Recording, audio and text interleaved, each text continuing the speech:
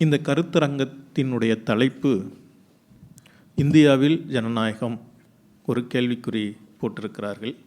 குறிப்பாக நடந்து முடிந்திருக்கக்கூடிய 2024 ஆண்டு 18வது நாடாளுமன்ற தேர்தல் முடிவு என்பது ஜனநாயகத்தை மீட்டெடுத்திருக்கின்றதா என்கிற ஒரு கேள்வி நமக்கு மட்டுமல்ல, நாடு முழுவதும் தேர்தலுக்கு முன்பிருந்து தேர்தல் முடிந்த பின்பும் தொடர்ச்சியாக எழுப்பப்பட்டு கொண்டிருக்கின்ற ஒரு கேள்வி. அந்த கேள்விக்கு நிறைய பேர் நிறைய மாதிரியாக பதிலளித்திருக்கிறார்கள். தேர்தல் முடிவு வந்தவுடன் வெற்றி பெற்றவர்கள் மிகவும் சோர்வாக இருந்தார்கள், தோல்வியடைந்தவர்கள் மகிழ்ச்சியாக இருந்தார்கள். இது ஒரு வியப்புக்குரிய நிகழ்வாக இருந்தது. ஏன் வெற்றி பெற்றவர்கள் சோர்வாக இருந்தார்கள், தோல்வியடைந்தவர்கள் மகிழ்ச்சியாக இருந்தார்கள் என்பதற்கான விளக்கங்களும் நிறைய பேசப்பட்டு விட்டன. நாம் இந்த அரங்கில் நான் தொடர்ச்சியாக வாசித்து வருகின்ற ஒரு சில அரசியல் அறிஞர்களுடைய கருத்துக்களை மனதில் கொண்டு என்னுடைய அனுபவங்களையும் கருத்தில் எடுத்து அது சிந்தித்து என்னுடைய கருத்துக்களை நான் உங்கள் மத்தியில் பகிர்ந்து கொள்ள விரும்புகின்றேன். முதலாவதாக இந்த தேர்தல் பற்றி ரொம்ப காலமாக இந்திய அரசியல் பற்றி, இந்திய நாட்டு அரசியல் பற்றியும் குறிப்பாக இந்துத்துவ இயக்கங்களை பற்றியும் ஆராய்ச்சி செய்து வருகிற கிறிஸ்டோபர் ஜெஃபல்லோ அவர்கள் இந்த தேர்தல் பற்றி போன வாரத்தில் இந்து நாளிதழில் ஒரு கட்டுரை எழுதியிருந்தார். இந்தியாவில் ஜனநாயகம் மீட்டெடுத்தல், மறுநிர்மாணித்தல், ரீஸ்டோரேஷன் சேலஞ்சஸ் என்ற ஒரு கட்டுரை எழுதியிருந்தார். இந்த மறுநிர்மாணித்தலில் இருக்கக்கூடிய சவால்கள் என்பது அவருடையது. அந்த கட்டுரை வேறு பல விஷயங்களை பேசினாலும் எடுத்தவுடனே இந்தியாவில் இந்த ஜனநாயகத்தை மீட்டெடுக்கிற பணியில் வெற்றி கிடைத்திருக்கிறதா, தோல்வி அடைந்திருக்கிறோமா என்று கேள்வி எழுப்பிவிட்டு அவர் கிரிட்டிக்கல் என்று பதிலளித்திருந்தார். இப்போதைய நிலைமை கிரிட்டிக்கலாக இருக்கிறது என்பதுதான் பிரச்சனை. இது வெற்றியும் இல்லை, தோல்வியும் இல்லை, ஆனால் ஒரு மோசமான சூழலில் இருந்து கொண்டிருக்கிறோம். அந்த மோசமான சூழல் என்பதனுடைய பொருள் என்ன என்பது பற்றி தான் சிறிது சிந்தித்து பார்க்க வேண்டும்.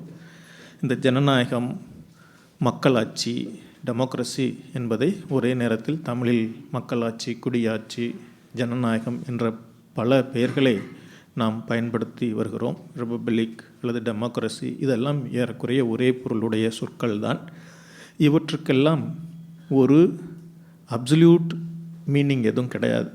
இதெல்லாம் ஒரு குறிப்பிட்ட சார்பு நிலையில் அந்த வார்த்தைகளுக்கு குறிப்பிட்ட வரலாற்று சூழலில், குறிப்பிட்ட சமூக சூழலில் இருக்கிற யதார்த்தமான நிலைமையில்தான் அவற்றுக்கெல்லாம் பொருள் உண்டே தவிர அவற்றையெல்லாம் ஒரு ஐடியலாக சில சட்டங்களை, சில லட்சியபூர்வமான சட்டங்களை, கருத்து சட்டங்களை வைத்துக்கொண்டு அவற்றை மதிப்பிட முடியாது என்பதுதான் நாம் முதலில் கவனத்தில் எடுத்துக்கொள்ள வேண்டிய ஒரு விஷயம்.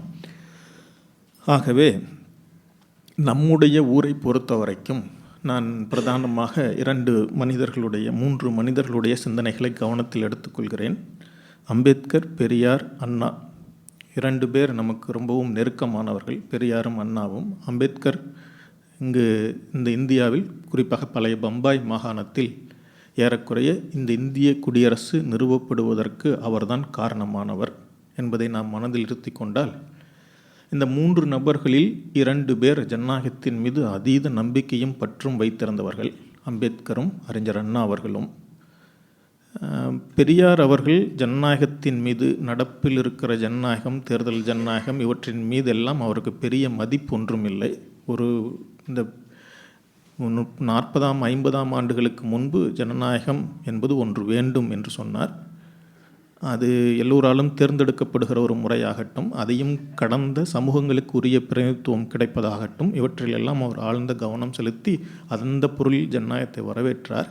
பிறகு இரட்டை ஆட்சி முறை வந்ததிலிருந்தும் சரி, அதற்கு பிறகு நமக்கு ஜனநாயகத்தும் ஏறக்குறைய பிரிட்டிஷ் கலோனியல் இந்தியாவிலிருந்தே தொடங்குகிறது இந்த எலக்டோரல் ப்ராசஸ், தேர்தல் நடைமுறைகள். அதற்கு பிறகு இந்திய குடியரசில் உருவான தேர்தல் நடைமுறைகள், அரசியல் கட்சிகள், இவை பற்றியெல்லாம் அவருக்கு கடுமையான விமர்சனங்கள் இருந்தன.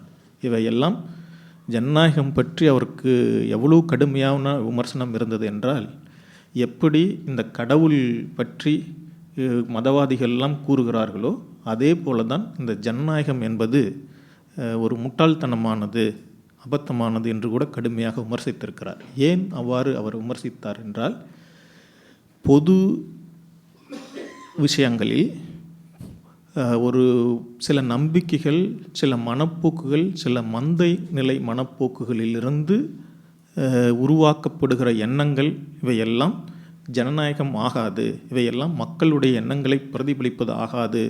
மக்களுடைய நலன்களுக்கு உரியதாக ஆகாது.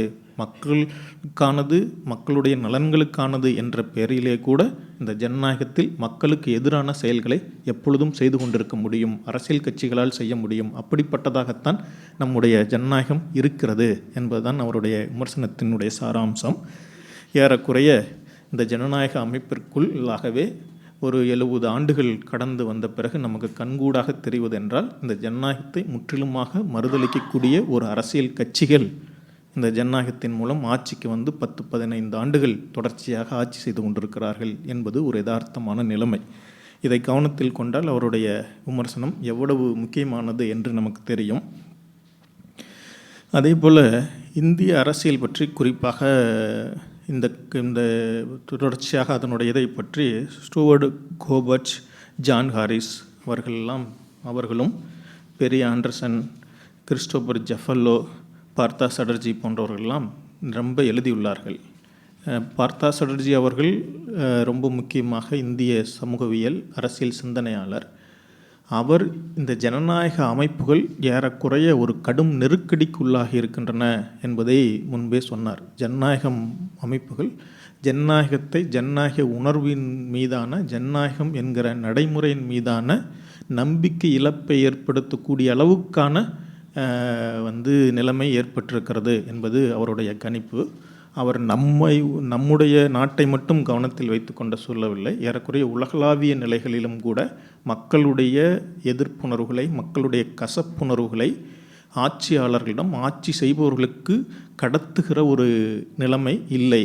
அதை கவனத்தில் எடுத்துக்கொண்டு ஆட்சியாளர்கள் ஆட்சி செய்கிற இடங்களெல்லாம் கொஞ்சம் கொஞ்சமாக இந்த ஜனநாயக அமைப்பில் இல்லாமல் போய்விட்டன. அதனால் இந்த ஜனநாயக அமைப்பிற்கு ஒரு கடும் நெருக்கடி உருவாகி இருக்கிறது என்பது அவருடைய கருத்து. இடையில்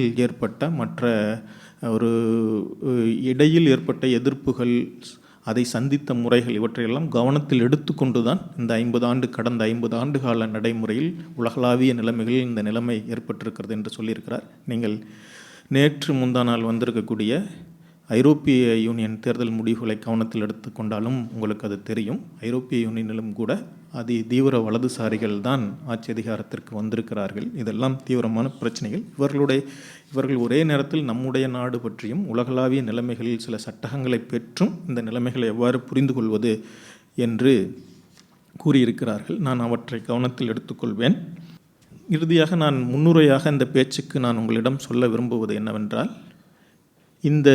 இந்த சிந்தனையை நாம் தொடங்கும் பொழுது ஜனநாயகம் என்பது இந்திய அர்த்தத்தில் அதனுடைய பொருள் என்ன என்பது பற்றி நாம் குறிப்பாக கவனத்தில் எடுத்துக்கொள்ள வேண்டும்.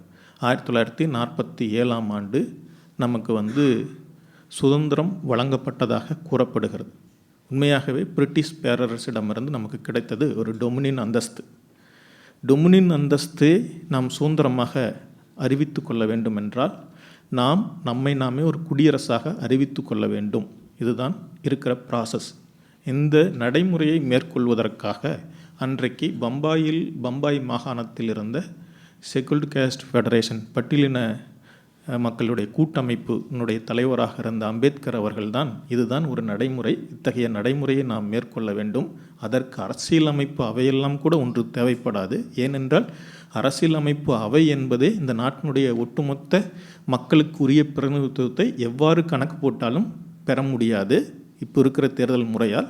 அதனால் ஒரு குழுவை உருவாக்கி, அரசியலமைப்பை உருவாக்கி, அரசியலமைப்பு குடியரசை உருவாக்குவதன் மூலமாக நம்முடைய சுதந்திரத்தை நாம் அறிவிக்க முடியும் என்பதுதான் அம்பேத்கருடைய யோசனை. ஆனால் அம்பேத்கர் சொன்னது நடந்தது. ஆனால் அரசியலமைப்பு அவையையும் உருவாக்கினார்கள். அத்தோடு சேர்த்து அரசியலமைப்பு ரொம்ப சிக்கலான ஒன்றாக இருந்தது. பல்வேறு தரப்பாருடைய போட்டி களமாக இருந்தது. ஏற்கனவே தேசியவாதிகளும் காந்தியவாதிகளும் இன்னும் பல தரப்பார் சோசலிஸ்டுகளும் பல்வேறு மாநிலங்களை சேர்ந்தவர்களும் பார்ப்பனர் அல்லாதார் இயக்கமும் முஸ்லீம் லீக்கும் சேர்ந்து பலவிதமான போட்டிக்களமாக இருந்த அந்த அரசியல் அமைப்பு அவையில்தான் ஏறக்குறைய இந்த குடியரசு உருவானது. இந்த குடியரசு அதன் அளவில் சிக்கலானது என்றாலும் கூட நீண்ட காலமாக போராடி வந்த பார்ப்பனர் அல்லாதார் வெகு மக்களுடைய போராட்டங்களினுடைய ஒரு விளைவாகத்தான் இந்த குடியரசு உருவாக்கப்பட்டது.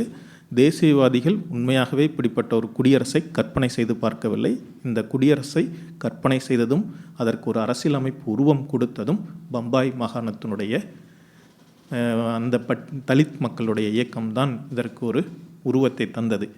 அவர்கள் அப்படி கொடுக்கும் பொழுது அதுக்குரிய வரையறையாக அன்னைக்கு இருந்த அடிப்படையில் உருவாக்கி கொண்டது அரசியலமைப்பினுடைய முகவுரையில் மிக தெளிவாக குறிப்பிடப்பட்டுள்ளது. அது ஜஸ்டிஸ், லிபர்ட்டி, ஈக்குவாலிட்டி, ஃபெர்டர்னிட்டி என்பது தான். அரசியலமைப்பினுடைய முகவுரையை நீங்கள் வாசித்தீர்களானால் அந்த ஒரு பத்தி உள்ள அளவு உள்ள அந்த முகப்புரை மிக தெளிவாக கூறும். இந்திய மக்களாகிய நாம் என்பதில் தொடங்குகிறது. இந்திய மக்களாகிய நமக்கு நாமே ஒரு அரசியல் அமைப்பு உருவாக்கி கொண்டோம் என்பதுதான் இருக்கும். அந்த அரசியல் அமைப்பினுடைய அடிப்படை கோட்பாடுகள் என்பது 4. அது நீதி என்பது அதனுடைய முதல் அம்சம். 2வது அம்சம் லிபர்ட்டி, 3வது அம்சம் ஈக்குவாலிட்டி, 4வது அம்சம் ஃபெர்டர்னிட்டி. ஃபெர்டர்னிட்டியை பற்றி அவர்கள் சொல்லும் பொழுது பின்னாடி தான் ஒரு வாக்கியத்தை, எப்படி இந்திரா காந்தி அம்மையார் சோசலிஸ்ட் செக்குலர் என்கிற 2 வார்த்தையை சேர்த்தது போல் பின்னாடி தான் அந்த ஃபெர்டர்னிட்டியை விளக்குகிற ஒரு இடத்தில் அவர்கள் unity and integrity of the nation என்கிற தொடரை சேர்த்தார்கள். அதற்கு முன்பு fraternity assuring the dignity of individual. Fraternity என்பதே ஒவ்வொரு மனிதருடைய டிக்னிட்டி அப்படிங்கிறதை நாம் இப்பொழுது எப்படி சுயமரியாதை என்றும் மொழிபெயர்க்கலாம், கண்ணியம் என்றும் மொழிபெயர்க்கலாம். ஒவ்வொரு மனிதர்களும் கண்ணியத்தோடு சுயமரியாதையோடு வாழ்வதற்கு நாம் இன்னொருத்தரை கண்ணியமாக நடத்துவதற்கும் சுயமரியாதையோடு நடத்துவதற்கும் வாழ்வதற்கும் ஒரு நாடாக இதை ஆக்குவோம் என்பதுதான் நாம் இந்த இதில் எடுத்துக்கொண்டிருக்கக்கூடிய அடிப்படையான குடியரசை உருவாக்கி கொண்டிருப்பதில் நாம் எடுத்துக்கொண்டிருக்கிற அடிப்படையான ஒரு உறுதிமொழியாகும். முகப்புரையை நாம் வழங்கும் பொழுதே மக்கள் எல்லோரும் சேர்ந்து தான் இதை ஏற்றுக்கொண்டோம். அதன் அடிப்படையில் தான் 1949 நவம்பர் 26 இந்த அரசியலமைப்பை வடித்து ஏற்றுக்கொண்டோம். ஜனவரி 26 குடியரசு நாளாக கொண்டாடுகிறோம். உண்மையான சுதந்திரம், விடுதலை என்பது நமக்கு அப்பொழுதுதான் கிடைத்தது. 1947 15 நமக்கு சுதந்திரம் கிடைக்கவில்லை, டொமினியன் அந்தஸ்து தான் கிடைத்தது. இதை கவனத்தில் எடுத்துக்கொண்டால் இப்பொழுது நடந்திருக்கக்கூடிய ஒரு தேர்தலில் நீதி, சமத்துவம், விடுதலை, சமத்துவம், சகோதரத்துவம் நிலவியதா என்பதை நீங்கள் ஒவ்வொரு அணிவிலும் பரிசோதித்து பார்க்க வேண்டும். அதில் வெற்றி பெற்றிருக்கிறோமா என்பதையும் பரிசோதித்து பார்க்க வேண்டும். கடந்த ஒரு வார காலமாக சிஎஸ்டிஎஸ் கடந்த வாரம் முழுக்க இந்து நாளிதழில் எவ்வாறு வாக்களிக்கப்பட்டிருக்கிறது, மக்களுடைய வாக்கு செலுத்துவதில் எந்தெந்த மனநிலைகள் தாக்கம் செலுத்தியிருக்கின்றன என்பதை பற்றியெல்லாம் அவர்கள் செலுத்தியிருக்கிறார்கள். கவனம் செலுத்தி ஆய்வு முடிவுகளை வெளியிட்டிருக்கிறார்கள். சிலர் தொடர்ச்சியாக கிறிஸ்டோபர் ஜெஃபலோ எழுதியது போல நேற்றைய நாள் என்று நினைக்கிறேன், ராம்மோகன் ரெட்டி என்கிற ஹைதராபாத்தை சேர்ந்த ஒரு மூத்த பத்திரிகையாளர் 1977 2004 தேர்தலையும் ஒப்பிட்டு ஒரு சுவாரஸ்யமான கட்டுரையை அவர் எழுதியிருக்கின்றார். இவற்றையெல்லாம் நாம் கவனத்தில் எடுத்துக்கொண்டோமானால் நம்ம ரொம்ப முக்கியமாக இந்த தேர்தலை புரிந்து கொள்வதற்கு அல்லது ஜனநாயகத்தை புரிந்து கொள்வதற்கு நம் நடப்பு அரசியல் அமைப்பு எவ்வாறு இந்த அரசை கற்பிதம் செய்தது, ஆனால் நடைமுறையில் எவ்வாறு இருக்கிறது என்பதை புரிந்து கொள்ள வேண்டும். குறிப்பாக நம்முடைய அரசியலமைப்பு அதிகார பிரிப்பை மிக முக்கியமான அடிப்படையாக கொண்டிருக்கிறது. அது முதன்மையாக ஒரு பார்லிமெண்ட்ரி டெமோக்ரஸி, அதாவது ஒரு சட்டமன்ற லீகல் இன்ஸ்டிடியூட், தேர்ந்தெடுக்கப்பட்ட அவைகளினுடைய அதிகாரத்தை முதன்மையாக வைத்திருக்கக்கூடிய ஒரு அரசாங்க அமைப்பு முறை. அரசியலமைப்பில் 3 விதமான அரசாங்கங்கள், 2 விதமான அரசாங்கங்கள் தான் இருக்கின்றன. 3வது அரசாங்கம் பின்னாடி விரிவுபடுத்தப்பட்டது. முதலாவது இருக்கக்கூடிய இந்த அரசாங்கம், எல்லா அரசாங்கங்களுக்கும் பொதுவாக இருக்கக்கூடிய அரசாங்கம் ஒன்றிய அரசாங்கம். அதன் பிறகு மாநில அரசாங்கங்கள் இருக்கின்றன. அதற்கு பிறகு உள்ளூர் அரசாங்கங்கள் இருக்கின்றன. இவ்வாறு 3 விதமான அரசாங்கங்கள் நம்மிடையே இருக்கின்றன. இந்த 3 விதமான அரசாங்கங்கள் முற்றிலும் தேர்ந்தெடுக்கப்பட்டவை. இவை மற்ற அமைப்புகளின் மீது அதிகாரம் செலுத்தக்கூடிய வகையிலானவை. சட்டங்களை திருத்துகின்ற வகையிலும் சரி, அல்லது எக்ஸிக்யூட்டிவ் பாடியான அதிகார வர்க்கத்தின் மேலே ஆட்சி செலுத்துவதாகட்டும், அதை கொண்டு ஒரு நடப்பு அரசாங்கத்தை உருவாக்கக்கூடியது இருக்கிறது. இந்த அரசாங்கத்தினுடைய இன்னொரு தனியான ஒரு பிரிவு, அதிகாரமிக்க ஒரு பிரிவு நீதித்துறை. நீதித்துறை அதற்கு தனியான ஒரு அதிகாரம் இருக்கிறது. அது இந்த முடிவுகள் அரசியலமைப்புக்கு உட்பட்டவையா, நடைமுறைகள் அரசியலமைப்புக்கு உட்பட்டவையா என்று ஆய்வு செய்வதற்கும் நீதியை நிலைநாட்டுவதற்குமான அமைப்பு. இவ்வாறு அதிகாரங்கள் பிரிக்கப்பட்டிருந்த போதிலும் ஆனால் நடைமுறையில் இந்த இவையெல்லாம் ஒன்றுடன் ஒன்று பின்னி பிணைந்திருக்கின்றன என்பது வெளிப்படையாக தெரிந்தது தான். ஏனென்றால் நமக்கு தெரியும், முதலாவது அரசியலமைப்பு சட்ட திருத்தம் தேர்ந்தெடுக்கப்பட்ட அரசாங்கம் வருவதற்கு முன்பாகவே நாடாளுமன்றத்தில் நிறைவேறியது. அரசியலமைப்பு நிறைவேற்றப்பட்ட உடனேயே முதலாவது அரசியலமைப்பு சட்ட திருத்தம் முதலாவது தேர்ந்தெடுக்கப்பட்ட அரசாங்கம் வருவதற்கு முன்பே இருந்த நாடாளுமன்றத்தில் தான் நிறைவேறியது. அதில் ஏறக்குறைய ஒரு திருத்தம் சென்னை மாகாணத்திலிருந்து போனது, 10-16 திருத்தங்கள் மற்ற மாகாணங்களிலிருந்து வந்தவை. அவையெல்லாம் இந்த அதிகார வர்க்கம் எவ்வாறு அரசியல் அமைப்பை உருமாற்றி புரிந்து கொண்டு தங்களுடைய நலன்களுக்கேற்ப பயன்படுத்த முனைகின்றன என்பதற்கான எடுத்துக்காட்டுகள் தான்.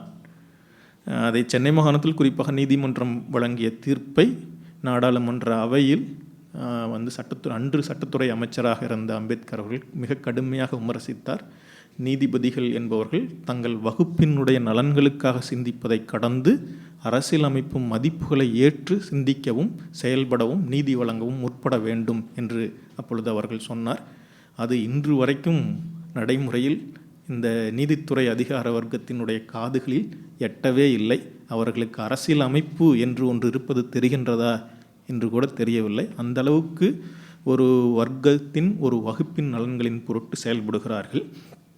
குறிப்பாக இந்த தேர்தலை நடத்தக்கூடியவர்கள் இந்த எக்ஸிக்யூட்டிவ் பாடி தான், அதிகார வர்க்கம்தான் இந்த தேர்தலை ஏறக்குறைய நடத்துகிறார்கள். அவர்கள் குறிப்பாக ஆட்சி பணி, காவல் பணிகளில் இருக்கக்கூடியவர்கள், மாநில அரசாங்கத்தின் கீழ் இருப்பவர்களாக இருக்கட்டும், அல்லது அவர்கள் ஒன்றிய அரசாங்கத்தின் கீழ் பணிகள் இல்லை மாநில அரசாங்கத்தின் கீழ் இருப்பவர்களாகட்டும், இந்த அதிகார வர்க்கத்தினர் தான் ஏறக்குறைய இந்த தேர்தல்களை நடத்துகின்றார்கள்.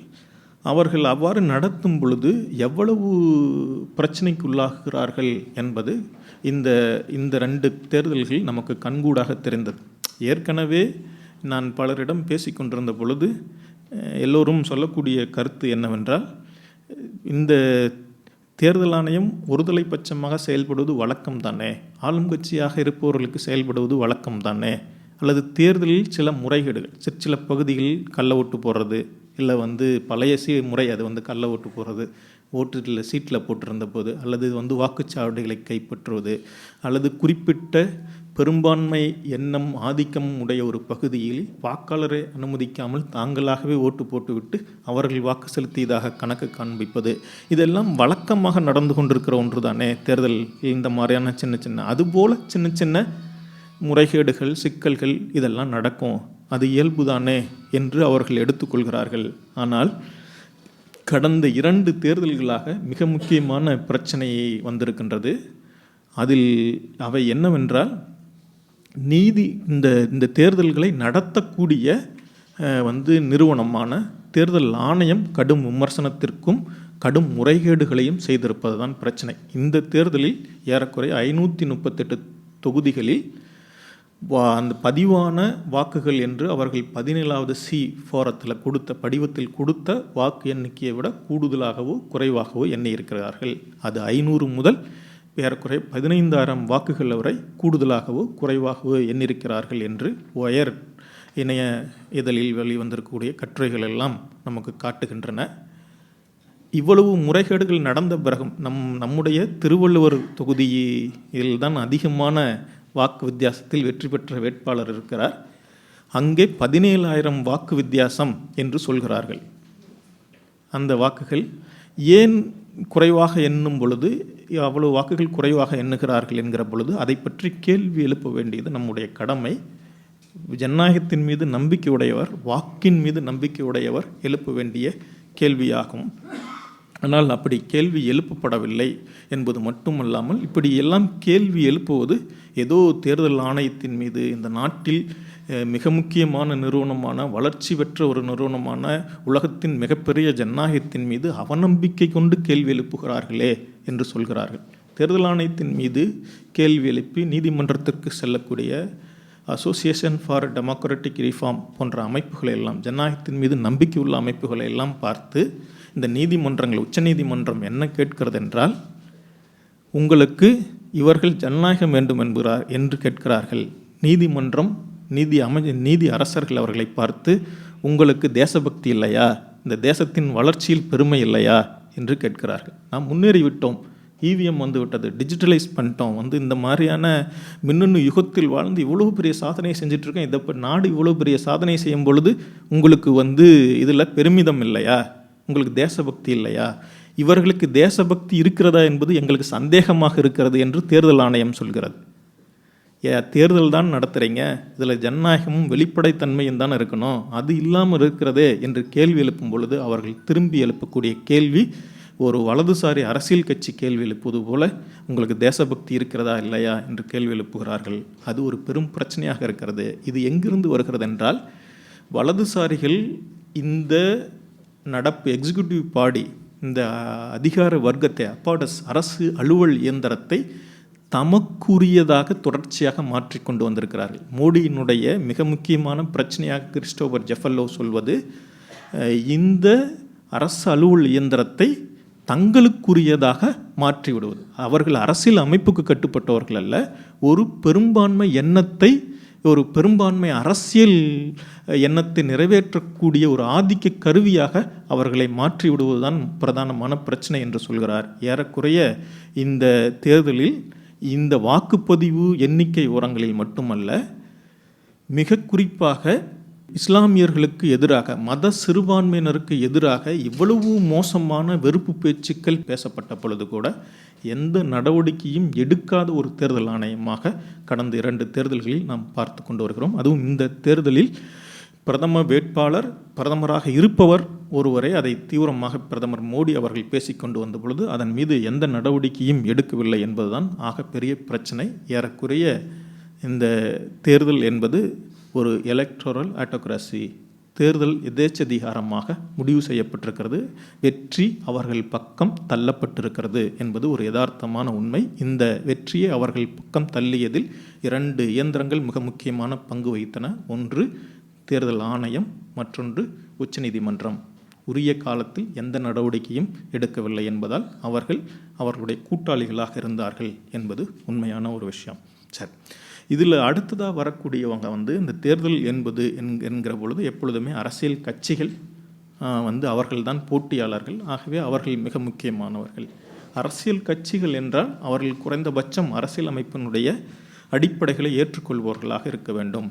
நான் முன்பே சொன்னது போல் அவர்கள் இந்த லிபர்ட்டி, ஈக்குவாலிட்டி, ஃபெர்டர்னிட்டியை, ஜஸ்டிஸை ஏற்றுக்கொள்ளக்கூடியவர்களாக இருக்க வேண்டும். ஆனால் இந்த தேர்தல் முழுக்க நீங்கள் மோடி அவர்களுடைய பேச்சுக்களை எடுத்து பாருங்கள்.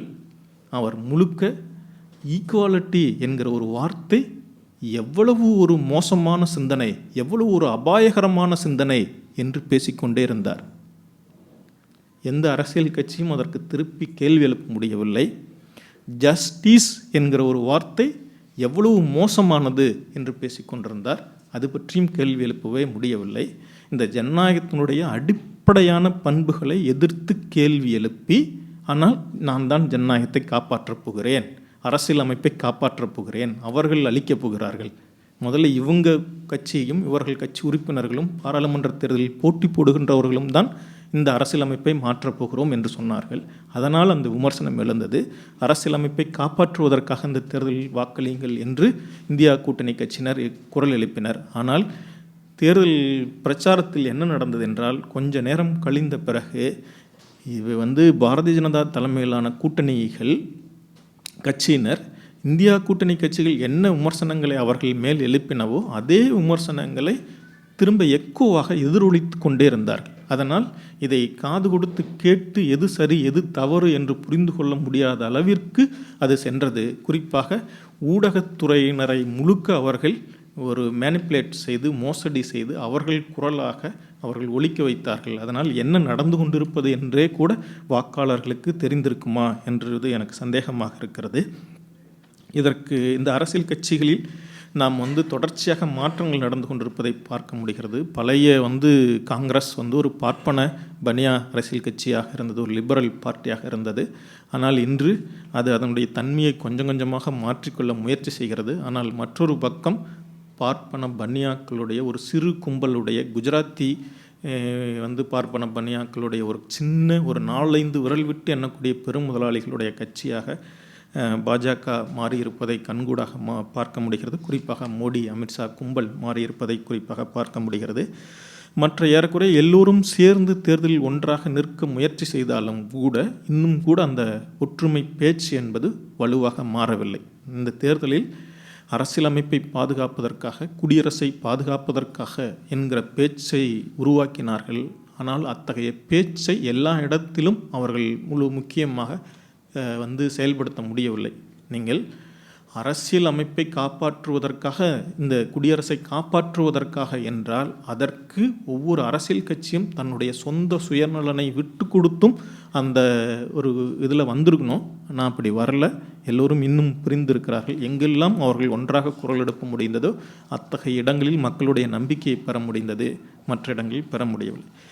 மக்களை பொறுத்தவரை அவர்கள் எவ்வாறு வாக்களித்திருக்கிறார்கள் என்பதை தேர்தல் முடிவுகளுக்கு பின்பு CSDS அந்த வாக்குப்பதிவுக்கு பிந்தைய கள ஆய்வுகள் காட்டுகின்றன. நேற்று எழுதிய அவரும் ராம்மோகன் ரெட்டி அவர்களும் எழுதியிருந்தார்கள். இந்த தேர்தல் 1977ஆம் ஆண்டு தேர்தலோடு ஒப்பிடத்தக்கது. 2 தேர்தல்களிலுமே பெண்கள், தலித்கள், பார்ப்பனர் அல்லாதார், பிற்படுத்தப்பட்டோர், பழங்குடியினர், மத சிறுபான்மையினர் ஒரு பெரும் அதிர்ச்சியை ஆள்பவர்களுக்கு கொடுத்தார்கள். அதே போல்தான் 77இல் நடந்தது போல்தான் 2024இலும் நடந்திருக்கிறது. ஆனால் 77இல் ஏற்பட்ட மாற்றம் 2024இல் ஏற்படவில்லை என்று கூறுகிறார்கள். அதுவும் யதார்த்தமான உண்மைதான். இந்த தேர்தலில் கவனத்தில் எடுத்துக்கொள்ள வேண்டிய பல பிரச்சனைகள் இருக்கின்றன என்று நினைக்கின்றேன். நான் அவற்றை கூறுவதற்கு முன்பாக என்னுடைய சொந்த அனுபவம் ஒன்றை கூறிக்கொள்ள விரும்புகின்றேன். என்ன இதுன்னு சொன்னால், நான் ரொம்ப காலமாக தேர்தல் அரசியல் பக்கம்லாம் வராத ஆளாக தான் இருந்தேன். ஏறக்குறைய நான் முதலாக வாக்களித்தது 2019ஆம் ஆண்டு தேர்தலில் தான். 2019ஆம் ஆண்டு நாடாளுமன்ற தேர்தலில் தான் நான் முதலாக எங்கள் ஊர் இப்போ பெரம்பலூர் தொகுதியில் இருக்குது. அது திருச்சி மாவட்டத்தில் ஒரு பகுதியாக இருந்தாலும் பெரம்பலூர் தொகுதியில் இருக்குது. அப்போ அந்த முறை வாக்களித்தது பாரிவேந்தருக்கு. திராவிட முன்னேற்றக் கழகத்தினுடைய உதயசூரியன் சின்னத்தில் தான் அவர் நின்றார். அப்பொழுது அவருக்கு வாக்களித்தேன். 2024இல் அவருக்கு எதிராக வாக்களித்தேன். இப்பொழுதும் திராவிட முன்னேற்றக் கழகத்தினுடைய உதயசூரியன் சின்னத்திற்கு தான் வாக்களித்தேன். ஆனால் அவர் இந்த முறை பாஜக கூட்டணியில் ஏறக்குறைய தாமரை சின்னத்தில் அவர் நின்றார். இன்னும் திமுக கூட்டணியில் திமுகவினுடைய சின்னம், திமுக கழகத்தினுடைய சின்னத்தில் அருண் நேரு அவர்கள் நின்றார். இவருக்காக வாக்களித்தேன். எனக்கு இந்த முறை தேர்தலில் வாக்களித்த போது எனக்கு ஒரு சந்தேகம் வந்துட்டது. நான் ஒரு வேட்பாளருக்கு வாக்களிக்கின்றேனா, ஒரு அரசியல் கட்சிக்கு வாக்களிக்கின்றேனா என்கிற ஒரு சந்தேகம் எனக்கு வந்துவிட்டது.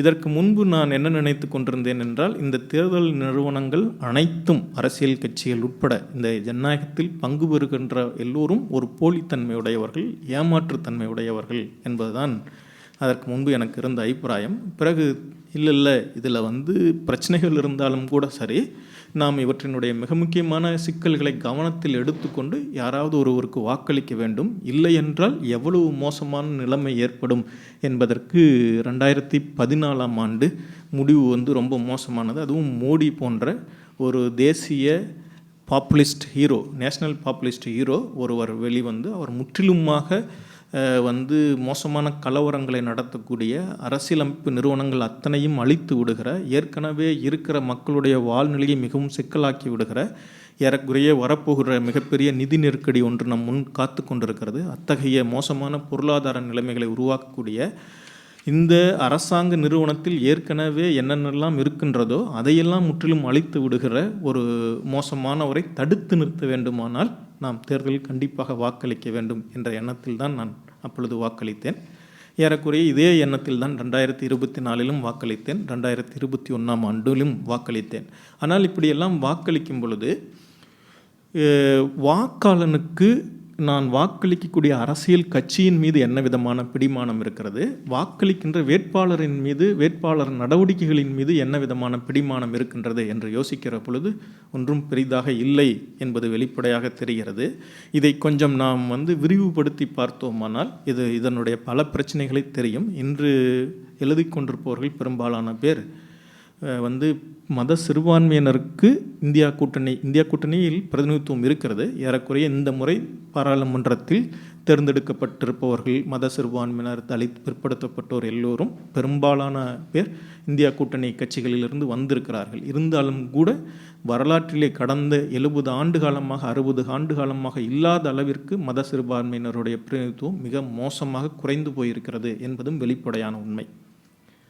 இப்படி இருக்கின்ற பொழுது, அல்லது தலித்கள் தங்களுடைய பிரதிநிதித்துவம் போதுமான அளவில் அரசியல் கட்சிகளால் முன்னுக்கு கொண்டு வரப்படவில்லை. பல தலித் அரசியல் கட்சிகள் ஒதுக்கி வைக்கப்பட்டன. இங்கல்ல, உத்தரப்பிரதேசம் போன்ற பிற பகுதிகளில் அத்தகைய பிரச்சனைகள் இருக்கின்றன என்பதையும் அவர்கள் குறிப்பிட்டிருக்கிறார்கள். சில பகுதிகளில் அரசியல் கூட்டணிகள் சாத்தியமாக இருக்கிறது, சில பகுதிகளில் அரசியல் கூட்டணி சாத்தியமாகவில்லை. இந்த பகுதியிலிருந்து திரும்ப திரும்ப எழுப்பப்படுகிற ஒரு கேள்வி என்னை பொறுத்தளவு நியாயமானதாகத்தான் தோன்றுகிறது.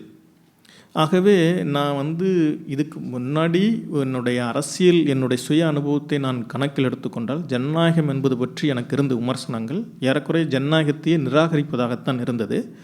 பின்னால் என்னுடைய சொந்த அரசியல் அனுபவங்களின் வழியாகத்தான் நான் வாக்களிப்பது இதெல்லாம் இதுக்கு போய் சேர்ந்தேன். அப்போ நான் அப்பொழுது பங்கு பெற்ற இயக்கங்கள், மார்க்சிய லெனினிய இயக்கங்கள் 2019ஆம் ஆண்டு தேர்தலின் பொழுது வாக்களிப்பதா வேண்டாமா, அல்லது எந்த கட்சிக்கு வாக்கு கேட்பு, இதெல்லாம் மோசம். ஏன்னா நீண்ட காலமாக தேர்தலில் புறக்கணிப்பில் இருந்த தோழர்களால் அதை அவர்களால் எடுக்க முடியவில்லை. இருந்தாலும் கூட அத்தகைய பிரச்சனைகளால் அந்த இயக்கங்கள் ஓரளவுக்கு பிளவுறுவதற்கும் மோசமடைவதற்கும் வீழ்ச்சியுறுவதற்கும் கூட காரணமாயின.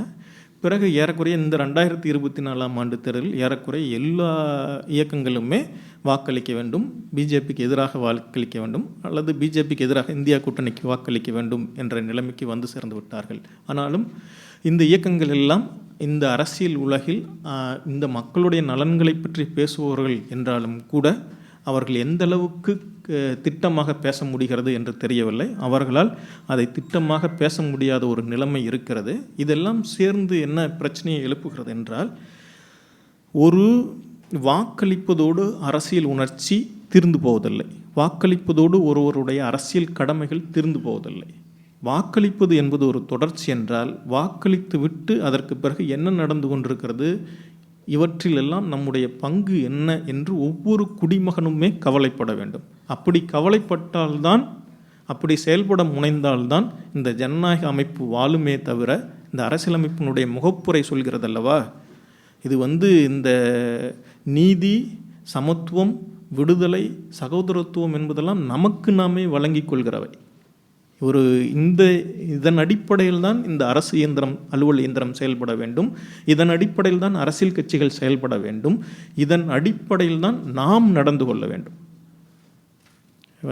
ஜேபி ஜெயபிரகாஷ் நாராயணன் அவர்கள் 1977ஆம் ஆண்டு இந்த அவசர நிலை காலகட்டத்தின் பொழுது அவர்கள் யோசித்த பொழுது அவர் ரொம்ப முக்கியமான பிரச்சனையாக நினைத்தது ஒரு டிக்னிட்டி, இந்த செல்ஃப் ரெஸ்பெக்ட் அப்படிங்கிறது ஒரு முக்கியமான காம்பவுண்டாக ஒவ்வொரு குடிமகனுடைய வாழ்க்கையிலும் முக்கியமான அம்சமாக அவர்கள் கருதினார்கள். ஒவ்வொரு குடிமகன் மட்டுமல்ல, இந்த சமூகத்தில், இந்த நாட்டில் வாழ்கிற ஒவ்வொரு சமுதாயத்திற்கும் டிக்னிட்டியும் செல்ஃப் ரெஸ்பெக்டும் முக்கியமான ஒரு அம்சம். அவர்களுக்குரிய பங்கை அவர்களுக்கு கொடுப்பது தான் ஜனநாயகம் என்பது மிக முக்கியமான அம்சம் என்று தோன்றுகிறது. அதற்கு நாம் எல்லோருமே முன்முயற்சி எடுத்துக்கொள்ள வேண்டும் என்று நினைக்கிறேன். ஆகவே நம்முடைய ஜனநாயகம் ஒரு கிரிட்டிக்கல் சுச்சுவேஷன்ஸில் இருக்குது அப்படிங்கிறத பிஜேபியை மட்டும் வைத்தல்ல, எப்பொழுதுமே போராடி கொண்டிருக்கின்ற இரண்டு தரப்புகள் தங்களுடைய பண்புகளை பரிமாறிக்கொள்வார்கள் என்பது ஒரு மூதுரை. அதுபோல் நாம் தெரிஞ்சோ தெரியாமலோ மோடிக்கு எதிராக சண்டை போட்டுக்கிட்டு இருக்கிறதுனால மோடியினுடைய பல பண்புகள், இந்துத்துவத்தினுடைய பல பண்புகள் நம்மிடமும் சேருகின்றன. இதற்கு எதிராக நாம் எப்பொழுதுமே மிகவும் விழிப்போடு இருக்க வேண்டும். இதற்கு எதிராக நாம் மிகவும் கண்டிப்போடு இருக்க வேண்டும் என்று நான் நினைக்கின்றேன். இதை மிக முக்கியமான ஒரு விஷயம் என்று கருதுகிறேன்.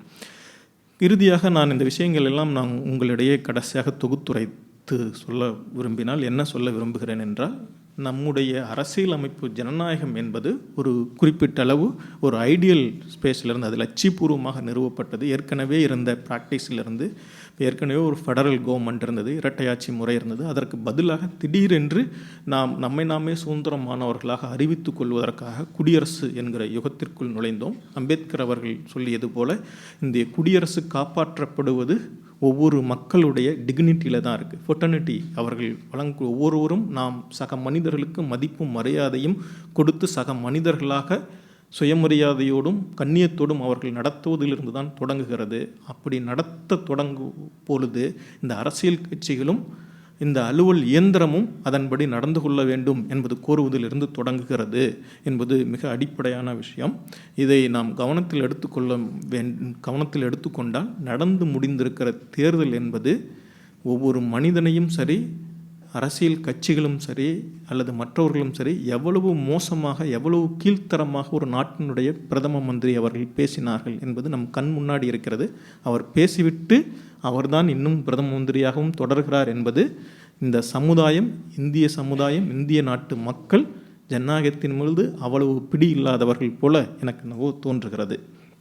அரசியல் கட்சிகளும் அவ்வளவு பெரிய பிடிமானம் இல்லாதவர்கள் போல தோன்றுகிறது. இந்திய ஜனநாயகத்தில் ஒரு வலதுசாரி அரசியல்வாதிகள், இந்துத்துவ அரசியல்வாதிகள், ஜனநாயகத்துக்கு எதிரானவர்கள், வாக்களித்தலே ஒரு தலைகளை உங்களுடைய எண்ணிக்கை எங்களை தீர்மானிக்கப் போவதில்லை என்று சொல்லக்கூடியவர்கள் ஆட்சி அதிகாரத்திற்கு வர முடிகிறது. அந்த அளவுக்கு இந்த தேர்தலில் மோசடி செய்து வெற்றியை பெறும் அளவுக்கு இந்த தேர்தல் ஆணையம் மற்றவை எல்லாம் பால்படுத்தப்பட்டிருக்கிறது. தேர்தல் ஆணையம் மட்டுமல்ல, தேர்தல் நடைமுறைகள், வாக்களிப்போர் எல்லோருமே இதில் சீர்குலைந்து போயிருக்கிறோம் என்பதும் ஒரு யதார்த்த உண்மையாகத்தான் இருக்கிறது. அதனால்தான் இந்திய ஜனநாயகம் ஒரு கிரிட்டிக்கல் சுச்சுவேஷன்ஸில் இருக்குது என்று தோன்றுகிறது.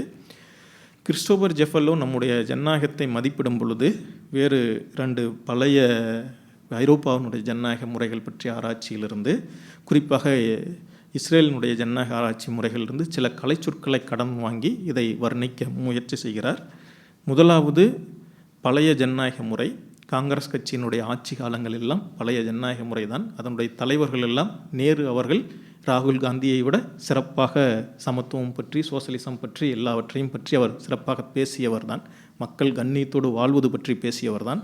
இந்த நாட்டை முன்னேற்றுவது பற்றி பேசியவர் தான். ஆனால் அவருடைய ஆட்சி காலங்களில், அவருடைய ஆட்சியிலும் சரி, அவருடைய கட்சியிலும் சரி, பழைய அதிகார வர்க்கங்கள், பழைய பிரபுக்கள், பழைய மகாராஜாக்கள் எல்லோரும் தொடர்ந்து கொண்டிருந்தார்கள். அவர் சோசலிசத்தை பேசிக்கொண்டு சோசலிச தீர்மானமெல்லாம் போட்டு கொண்டிருந்த பொழுது அவருடைய கட்சி பழைய பெரும் நிலப்பரப்புகளை கொண்டிருந்த ஒரு கட்சியாக இருந்ததும் ஒரு கண்கூடான உண்மை. அவர்கள் ஜனநாயகமாக நடந்து கொண்டதாக அவர்கள் நினைத்து கொண்டார்கள். ஆனால் இந்த நாட்டில் இருந்த மிக பெரும்பாலான மக்களான பார்ப்பனர் அல்லாதார் வெகு மக்களுக்கு அது ஜனநாயகமாக படவில்லை. அவர்கள் கொஞ்சம் கொஞ்சமாக இந்த முறைக்குள் எதிர்த்து சண்டை போட்டு அந்த ஜனநாயகத்தை பெற முயற்சி செய்தார்கள்.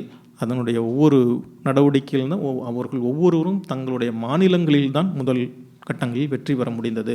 இங்கு தமிழ்நாட்டில் வெற்றி பெற்ற பார்ப்பனர் அல்லாதார் இயக்கம் மிக ஒரு நன்கு அரசியல் உணர்வு பெற்றிருந்த ஒரு பார்ப்பனர் அல்லாதார் இயக்கமாக இருந்தது. மற்ற பகுதிகளில், இப்போ உத்தரப்பிரதேசமாகட்டும் மற்ற பகுதிகளாகட்டும், அங்கெல்லாம் பார்ப்பனர் அல்லாதார் இயக்கங்களுக்கு ஒவ்வொரு குறிப்பிட்ட தன்மைகள் இருக்கின்றன. குறிப்பாக ஜேபி அவர்கள்தான், பழைய சோசலிஸ்ட் இயக்கம்தான் பழைய மத்திய மாகாணத்தில், உத்தரப்பிரதேசம், உத்தரகாண்ட் போன்ற மாகாணங்கள், இன்றைக்கி ஜமாஜ்வாதி, பகுசன் ஜமாஜ் இப்படியான கட்சிகள்லாம் இருக்கின்றன அல்லவா.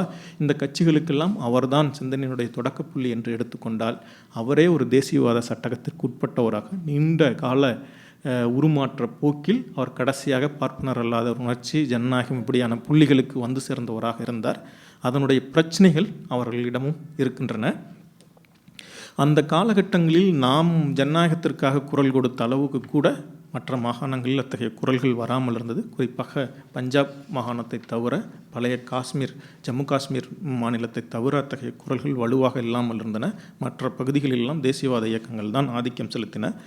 ஆகவே பழைய காங்கிரஸ் ஆட்சி அரசாங்கங்கள் நடந்த பொழுதெல்லாம் ஒரு பழைய ஜனநாயகமாகத்தான் இருந்தது. 2 இடைப்பட்ட காலங்கள், குறிப்பாக இந்திரா காந்தியினுடைய ஆட்சிக்கு முடிவு 77ஆம் ஆண்டிலிருந்து 80ஆம் ஆண்டு வரை இருந்த ஒரு கூட்டணி அரசாங்கம், பிறகு 87ஆம் ஆண்டு 87, 88 தொடங்கி 91ஆம் ஆண்டு வரை நிலவிய ஒரு கூட்டணி அரசாங்கம். இதுதான் ஒரு கூட்டாட்சி அரசாங்கமாக, கூட்டணி அரசாங்கமாக, கூட்டாட்சி அரசாங்கமாக இருந்தது. இந்த 2 அரசாங்கங்களிலிருந்து காங்கிரஸ் வெளியில் இருந்தது என்பதை கவனத்தில் கொள்ள வேண்டும். இந்த 2 அரசாங்கங்கள் தான் ஒன்றிய அரசியல் வாழ்வில் தீவிரமான மாற்றங்களை கொண்டு வந்தவை. மிக குறைவான வாழ்நாட்களே அந்த அரசாங்கங்கள் வாழ்ந்தாலும் அவை தான் மிக தீவிரமான மாற்றங்களை கொண்டு வந்தவை. அவை தீவிரமான ஜனநாயக மயமாக்கலை மேற்கொண்டவை என்பதை கவனத்தில் வைத்து கொள்ள வேண்டும். இறுதியாக பல்வேறு விதமான ஜனதா கட்சிகளிலிருந்தும் பழைய RSS ஜனசங்க அமைப்புகளிலிருந்தும் இந்து மகாசபை அமைப்புகளிலிருந்தும் உருப்பெற்ற பாரதிய ஜனதா கட்சி என்கிற இந்த ஒரு கட்சி ஒரே நேரத்தில் அவர்கள் இந்த மாதிரி பழைய சோசலிஸ்டுகளிடமிருந்தும் RSS போன்ற இந்து மகாசபை அமைப்புகளிலிருந்தும் தங்களுடைய ஆட்களை திரட்டி ஒரு இந்துத்துவ மனநிலை, இந்து தேசிய மனநிலையை கொண்ட இந்த கட்சி கொஞ்சம் கொஞ்சமாக வளர்ந்து ஏற்கனவே இருந்த பழைய வலிமைகள் எல்லாம் பயன்படுத்தி அவர்கள் வளர்ச்சி அடைந்து கடைசியாக 2014ஆம் ஆண்டு தேர்தல், அதற்கு முன்பும் அவர்கள் கூட்டணி அரசாங்கங்கள் இருந்திருக்கிறார்கள். 2014ஆம் ஆண்டு அவர்கள் ஒரு கிறிஸ்டோபர் ஜெஃபல்லோ அவர்களுடைய வார்த்தையில் சொல்லப்போனால் ஒரு எத்னிக் டெமோக்ரஸியை, இந்து ஜனநாயக ஆட்சியை அவர்கள் ஏற்படுத்தியிருக்கிறார்கள். இந்து இன ஆட்சி என்று அவர் சொல்லலாம், அதை சொல்லலாம். இது ஒரு பெரும்பான்மை மெஜாரிட்டேரியன் கவர்மெண்ட்டை அவங்க ஃபார்ம் பண்ணாங்க. 2019ஆம் ஆண்டு அவர்கள் ஒரு எலக்ட்ரோரல் ஆட்டோக்ரஸி சிஸ்டத்தையும் எஸ்டாப்ளிஷ் பண்ணாங்க. அதை இப்போ கண்டினியூ பண்ணிகிட்டு இருக்காங்க. அதை எதிர்த்து கேள்வி கேட்பதில் நாம் தோல்வியடைந்திருக்கிறோம். இப்பொழுது ஏறக்குறைய அவர் இந்த எலக்ட்ரோரல் ஆட்டோக்ரஸி அப்படிங்கிற வார்த்தையை காங்கிரஸ் கட்சிக்கு எதிராக இந்த தேர்தலில் இந்தியா கூட்டணிக்கு எதிராக அவர் பயன்படுத்தினார். அவரே ஆனால் ஒரு எலக்ட்ரோரல் ஆட்டோக்ரஸியை பயன்படுத்தக்கூடிய தேர்தலில் வெற்றியை தருவித்து கொள்ளக்கூடிய ஒரு தலைவராக, ஒரு கூட்டமாக அவர்கள் இருக்கிறார்கள். இத்தகைய ஒரு நிலைமை நிலவுகிறது. இந்தியாவில் ஜனநாயகம் என்பது அதன் அளவில் மிகவும் கிரிட்டிக்கலான சுச்சுவேஷன்ஸில் இருக்கிறது. இந்திய ஒன்றியத்தில் ஜனநாயகம் சாத்தியமா என்பதற்கு 2 பதில்கள் இருக்கின்றன. எப்பொழுதுமே இந்திய ஒன்றியம் என்பது ஒரு பார்ப்பன பனிய ஆதிக்கத்தின் வடிவமாகத்தான் இருக்க முடியுமே தவிர அது ஜனநாயக மயமாக முடியாது என்கிற ஒரு வலுவான கருத்தை பெரியார் அவர்கள் முன்வைத்தார்கள். அதனால்தான் அவர் சுதந்திர தமிழ்நாடு என்கிற ஒரு கோரிக்கையை முன்வைத்தார். எப்பொழுதுமே அவர் மறையும் வரையுமே அந்த கோரிக்கையிலிருந்து அவர் பின்வாங்கவே இல்லை. திமுக அவர்கள் தனிநாடு கோரிக்கையை வைத்து அவங்க அது போலியான ஒரு ஃபெடரல், நாங்கள் ஒரு ரியல் ஃபெடரலை உருவாக்க போகிறோம், அதுதான் திராவிட நாடு அப்படின்னு சொல்லி அவர்கள் பேசிக்கொண்டிருந்த பொழுதும் அவர் 56லிருந்து அந்த சுதந்திர தமிழ்நாடு என்ற கோரிக்கையை வைத்தார். பின்பு அவர்கள் இன்னொரு கோரிக்கைக்கு மாறினார்கள். இது ஒரு வகையானது. இன்னொன்று அம்பேத்கர் அவர்களும் அண்ணா அவர்களும் முன்வைத்த ஒரு தீர்வு.